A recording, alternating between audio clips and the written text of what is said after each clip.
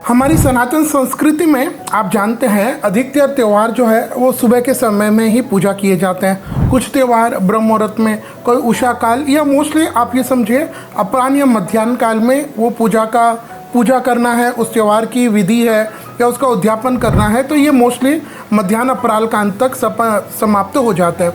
लेकिन क्या आप जानते हैं हमारे तापों को और पापों को हरने वाले भगवान शिव, भगवान महादेव, जैसे यूँ कहते हैं ना कि विष्णु इस संसार को बनाते हैं, ब्रह्मा चलाते हैं, तो भगवान महादेव इस संसार का प्रलय करते हैं। तो प्रलय केवल वो संसार का नहीं करते हैं, हमारे मन में जो काम, क्रोध, लोभ, मोह, मत्सर, ऐसे 5 शत्रु है ना जी, इनका भी प्रलय महादेव ही करते हैं। तो इन महादेव की वैसे तो जब वो प्रलय करते हैं तो उनके लिए तो कोई चीज़ पार्शियल नहीं होना चाहिए, मतलब उनके लिए तो सभी महीने, पुरुष, त्यौहार सभी सम होने चाहिए। लेकिन स्कंद पुराण और शिव पुराण में इसका वर्णन आता है कि प्रत्येक महीने में आने वाली त्रयोदशी तिथि, जिसको हम लोग प्रदोष व्रत कहते हैं, यह महादेव की प्रिय तिथियों में एक है।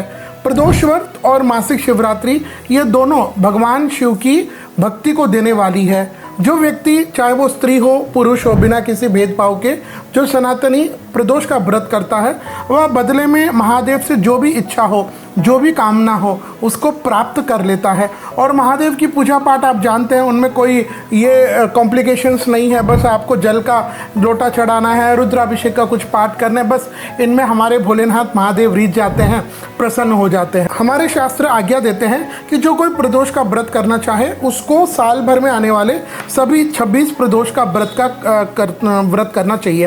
प्रदोष का व्रत जिस दिन हो उस दिन सुबह आप जल्दी उठें और भुवन भास्कर सूर्य भगवान को उनका स्मरण करें, उनको जल दें, उनसे हमें लाइट भी मिलती है, लाइफ भी मिलती है। तो उसके बाद सूर्य भगवान को जल देने के बाद आप अपने घर में अगर शिव जी का शिवलिंग हो, शिव जी की मूर्ति हो, तो उसको प्रणाम करें और उस मूर्ति के सामने आप ओम नमः शिवाय इस महामंत्र का अधिक से अधिक जाप कीजिएगा। हमारे जितने पुराण हैं उन सभी पुराणों में इसी ओम नमः शिवाय इस महामंत्र का उल्लेख है और बताया है कि यह महादेव के सबसे प्रिय मंत्रों में, प्रिय स्तुतियों में, प्रिय स्तोत्र में, प्रिय नामों में सबसे महादेव का सबसे क्लोज है। इसके जाप करने से महादेव जी सबसे ज़्यादा प्रसन्न होते हैं। तो इस महामंत्र का आप ओम नमः शिवाय इसका जाप कीजिएगा और फिर अपने घर के आसपास अगर कोई शिवालय है, मतलब जहाँ शिव जी का आलय, शिव जी जहाँ रहते हैं, वहाँ पर आप जाएं और जब आप जाएं तो महादेव को जो प्रसन्न हो, शिव जी को क्या प्रसन्न है जी, आप अपने साथ थोड़ा सा देसी गौ माता का दूध लेके जाइए, थोड़ा सा जल है, आँख है, धतूरा है, चंदन है और बिल्व पत्र है, यही तो भगवान महादेव को प्रिय है। तो ये सारे आप जलाभिषेक आदि कर करके और जहाँ शिवलिंग है वहीं पर बैठ करके महादेव का नाम स्मरण करें और दिन भर अपने तन को और मन को भगवान शिव में ही लगाए रखे। इस दिन संभव हो तो अगर आप शिव पुराण की कथा है इसका भी पाठ कीजिएगा।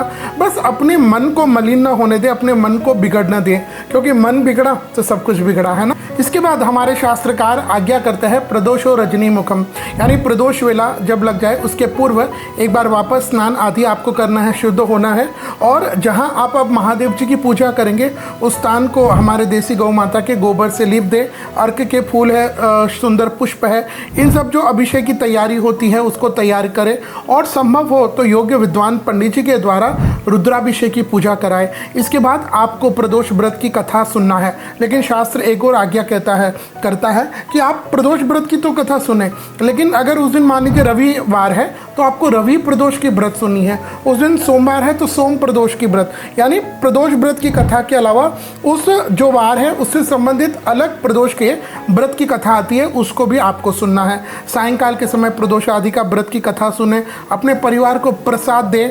देखिए ये मैं सिर्फ पूजन कैसे करना है वो मैं बता रहा हूँ, इसके उद्यापन की विधि के लिए हमारा अलग से वीडियो है, उसको आप देख सकते हैं। तो इसके बाद कथा आदि सुनने के बाद महादेव की ओम जय शिव ओंकारा या इस आरती को गाएं या फिर आपको जो कीर्तन महादेव के आते हैं उनको गाएं और अपने परिवार के साथ उस पूजा पाठ में सम्मिलित होए। रात्रि में जागरण करें, भगवान शिव का नाम स्मरण करें। तो इस प्रकार यह प्रदोष के दिन प्रत्येक सनातनी को पूजा करनी ही चाहिए महादेव की। तो ऐसे ही महादेव का यह प्रिय व्रत प्रदोष का आइए जानते हैं साल 2025 में जून के महीने में ज्येष्ठ के महीने में शुक्ल पक्ष में कब आएगा। जैसे मैंने पूर्व में बताया कि अधिकतर त्रयोदशी यानी 13 तिथि को ही आता है। तो 13 तिथि प्रारंभ हो जाएगी 8 जून 2025 को सुबह के 7:17 और 13 तिथि समाप्त हो जाएगी 9 जून 2025 को सुबह के 9:35। तो इसके हिसाब से साल 2025 में भगवान महादेव भूत भावन भगवान शिव का प्रिय व्रत प्रदोष का यह व्रत रहेगा।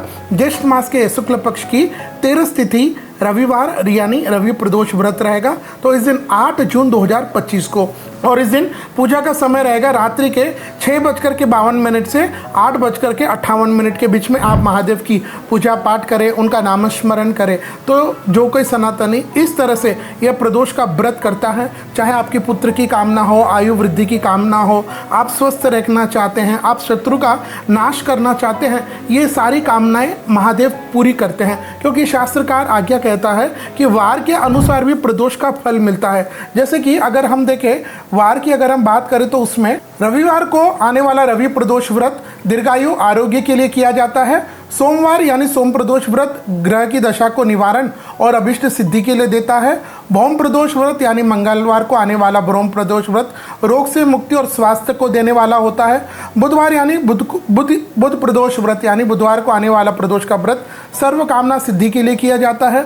गुरु प्रदोष व्रत यानी गुरुवार को आता है, तो यह शत्रु विनाशक का हेतु बन के लिए आप कर सकते हैं। इसके बाद शुक्र प्रदोष व्रत यानी शुक्रवार को आता है, तो यह सौभाग्य और स्त्री को देने वाला होता है। शुक्र प्रदोष व्रत यानी शुक्रवार को आता है, तो सौभाग्य एवं स्त्री समृद्धि हेतु आप कर सकते हैं।